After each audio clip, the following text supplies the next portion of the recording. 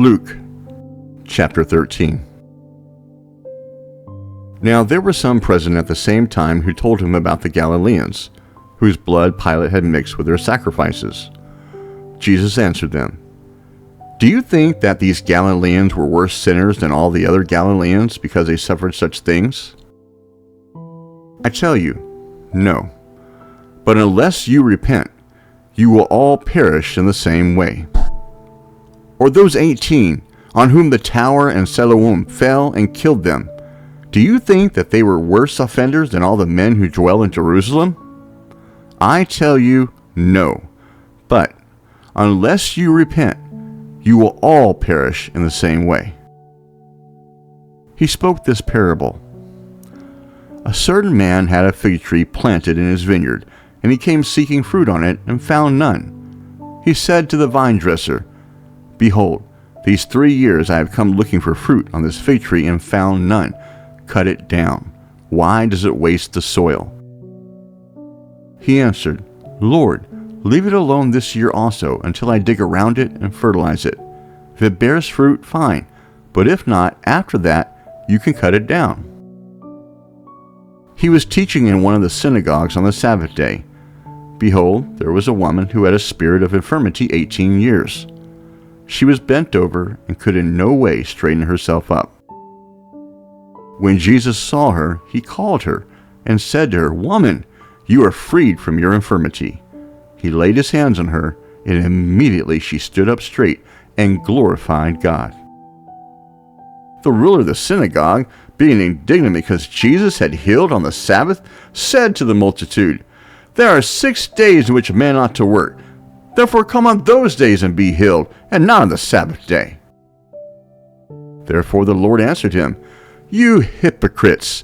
Doesn't each one of you free his ox or his donkey from the stall on the Sabbath and lead him away to water? Ought not this woman, being a daughter of Abraham, whom Satan had bound 18 long years, be freed from this bondage on the Sabbath day?" As he said these things, all his adversaries were disappointed, and all the multitude rejoiced for all the glorious things that were done by him.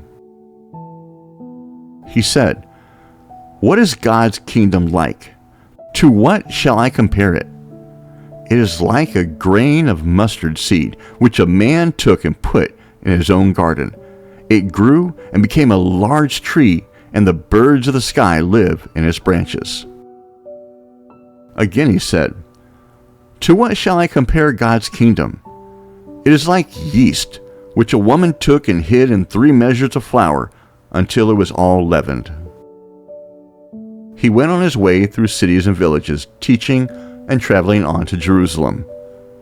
One said to him, "Lord, are they few who are saved?" He said to them, "Strive to enter in by the narrow door, for many, I tell you, will seek to enter in and will not be able.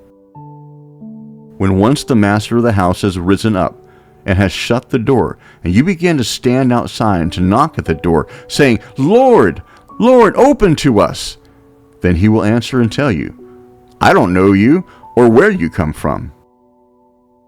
Then you will begin to say, 'We ate and drank in your presence, and you taught in our streets.'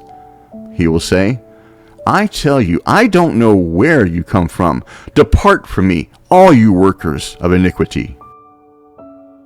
There will be weeping and gnashing of teeth when you see Abraham, Isaac, Jacob, and all the prophets in God's kingdom, and yourselves being thrown outside. They will come from the east, west, north, and south, and will sit down in God's kingdom. Behold, there are some who are last who will be first, and there are some who are first who will be last." On that same day, some Pharisees came, saying to him, "Get out of here, and go away, for Herod wants to kill you." He said to them, "Go and tell that fox, behold, I cast out demons and perform cures today and tomorrow, and the 3rd day I complete my mission. Nevertheless, I must go on my way today and tomorrow and the next day, for it can't be that a prophet would perish outside of Jerusalem." Jerusalem, Jerusalem, you who kills the prophets and stones those who are sent to her. How often I wanted to gather your children together, like a hen gathers her own brood under her wings, and you refused.